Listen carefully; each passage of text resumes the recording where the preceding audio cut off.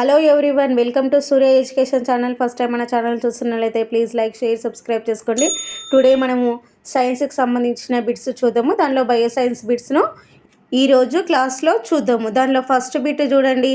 సరిదిద్దబడ్డ తప్పుల చరిత్రనే సైన్స్ అన్న వ్యక్తి డాష్ ఎవరన్నారు అంటే కార్ల్ పాపర్. నెక్స్ట్ బిట్ చూడండి.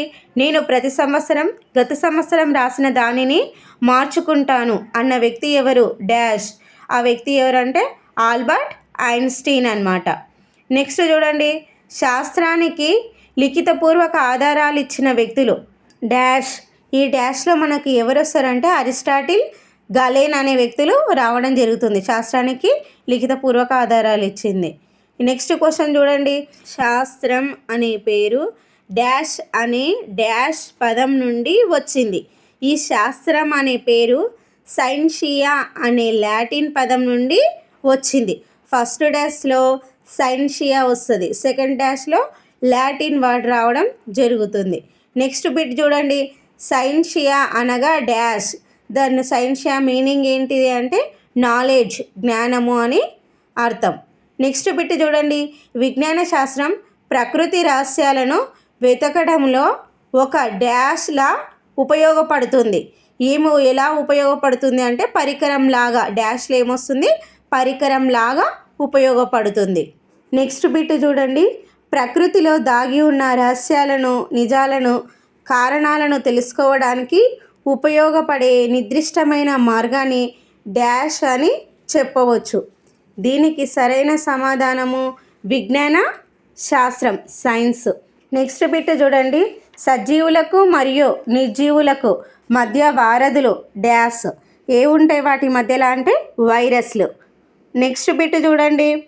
వైరస్లను డాష్ జీవులు అని కూడా పిలుస్తారు. ఏమని పిలుస్తారు అంటే ఆకణ జీవులు అని పిలవడం జరుగుతూ ఉంటుంది. నెక్స్ట్ బిట్ చూడండి. మొక్కలు డాష్ పెరుగుతూ ఉంటాయి. డాష్లో జీవితాంతం అంటే మొక్కలు జీవితాంతం పెరుగుతూ ఉంటాయి. నెక్స్ట్ బిట్ చూడండి. మానవ శరీరంలో డాష్ జీవితాంతం పెరుగుతాయి. దీనికి ఆన్సరు కొన్ని భాగాలు. అంటే మానవ శరీరంలో కొన్ని భాగాలు జీవితాంతం పెరుగుతాయి. Next bit. సజీవులు అయినప్పటికీ కదలలేని జీవులు డాష్. దీనికి ఆన్సరు మొక్కలు. నెక్స్ట్ బిట్ చూడండి. సజీవులు అయినప్పటికీ స్థానబద్ధ జీవనం గడిపే జంతువులు డాష్. దీనికి ఆన్సరు స్పంజికలు.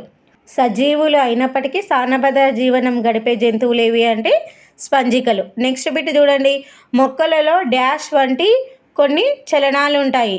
ఏం చలనాలు అంటే వికసించడము, ముడుచుకోవడం వంటి చలనాలు ఉంటాయి. నెక్స్ట్ బిట్ చూడండి. విత్తనాల వ్యాప్తి వలన డాష్ వేర్వేరు ప్రాంతాలలో పెరుగుతాయి. దానికి ఆన్సరు ఒకే రకమైన మొక్కలు వేరు ప్రాంతాల్లో పెరుగుతాయి. నెక్స్ట్ బిట్ చూడండి. జంతువులలో చలనానికి డాష్ తోడ్పడతాయి. దీనికి ఆన్సరు చలనంగాలు. నెక్స్ట్ బిట్ చూడండి. పత్రరంధ్రాలు మొక్కకు డాష్ మాదిరిగా పనిచేస్తాయి. ఎలా అంటే డాష్ లోపల మొక్కకు ముక్కులాగా పనిచేస్తాయి. Next bit. మొక్కలలో డాష్ వాయు వినిమయంలో ప్రధాన పాత్ర వహిస్తాయి. దీనికి ఆన్సరు పత్ర రంధ్రాలు. నెక్స్ట్ బిట్ చూడండి. మొక్కలకు కూడా ప్రాణం ఉందని, అవి కూడా ప్రతిస్పందిస్తాయని నిరూపించిన భారతీయ శాస్త్రవేత్త డాష్. ఎవరు ఆ శాస్త్రవేత్త అంటే జగదీష్ చంద్రబోస్. నెక్స్ట్ చూడండి. మొక్కలలో పెరుగుదల కొలుచుటకు ఉపయోగపడే పరికరం డాష్. దీనికి ఆన్సరు క్రెస్కోగ్రాఫ్ లేదా ఆస్కనోమీటర్. Next bit. మనం కంటి ద్వారా చూడలేని అతి సూక్ష్మమైన జీవులను చూడడానికి ఉపయోగించే సాధనం డాష్. దీనికి ఆన్సరు సూక్ష్మదర్శిని. నెక్స్ట్ బిట్ చూడండి. సూక్ష్మదర్శిని డాష్ మాదిరిగా పనిచేస్తుంది. ఎలా పనిచేస్తుంది అంటే భూతద్దం. దీనికి ఆన్సర్ భూతద్దం. నెక్స్ట్ బిట్ చూడండి. సూక్ష్మదర్శిని కనుగొన్న వ్యక్తులు ఎవరు అంటే జకరియస్ జాన్సన్ అండ్ హెల్స్. ఈ హెల్స్ అతను జకరియస్ జాన్సన్కు తండ్రి. నెక్స్ట్. సూక్ష్మదర్శిని కనుగొన్న సంవత్సరం 1595. నెక్స్ట్ బిట్ చూడండి. బ్యాక్టీరియాను డాష్తో మాత్రమే చూడగలము. దీనికి ఆన్సరు సూక్ష్మదర్శిని. నెక్స్ట్ బిట్ చూడండి. మన కంటికి కనిపించని సూక్ష్మజీవులలో డాష్ ఒక రకమైన సూక్ష్మజీవులు. దీనికి ఆన్సరు బ్యాక్టీరియా. నెక్స్ట్ చూడండి, పాలను పెరుగుగా మార్చే బ్యాక్టీరియా. దీనికి ఆన్సరు లాక్టోబాసిల్లస్.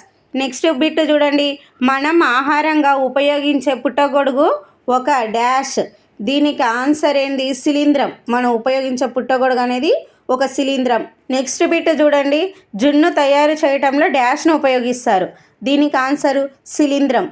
నెక్స్ట్ చూడండి, అత్యల్ప ఉష్ణోగ్రతల వద్ద జీవించగలిగేవి ఏంటివి అంటే దానికి ఆన్సరు బ్యాక్టీరియాలు అత్యల్ప ఉష్ణోగ్రతల వద్ద కూడా జీవించగలవు. నెక్స్ట్ బిట్ చూడండి, మురికి నీటిని శుభ్రం చేసే కేంద్రాలలో డాష్ను ఎంతగానో ఉపయోగిస్తారు. దీనికి ఆన్సరు శైవలాలు. చూడండి, మురికి నీటిని శుభ్రం చేసే కేంద్రాలలో శైవలాలను వాడతారు. ఇక్కడ మనకు బ్యాక్టీరియా వచ్చింది, శైవలాలు వచ్చినాయి, శిలీంధ్రాలు వచ్చినాయి. ఇవి కన్ఫ్యూజ్ కాకుండా చూసుకోండి. నెక్స్ట్ బిట్ చూడండి, సజీవ ప్రపంచంలోని జీవులన్నిటిలో మానవుడు డాష్కి చెందినవాడు, అగ్రశ్రేణికి చెందినవాడు. డాష్లో అగ్రశ్రేణి. నెక్స్ట్ బిట్ చూడండి, విత్తనాలు కూడా డాష్, కానీ జీవుల లక్షణాలన్నీ వీటిలో కనపడవు.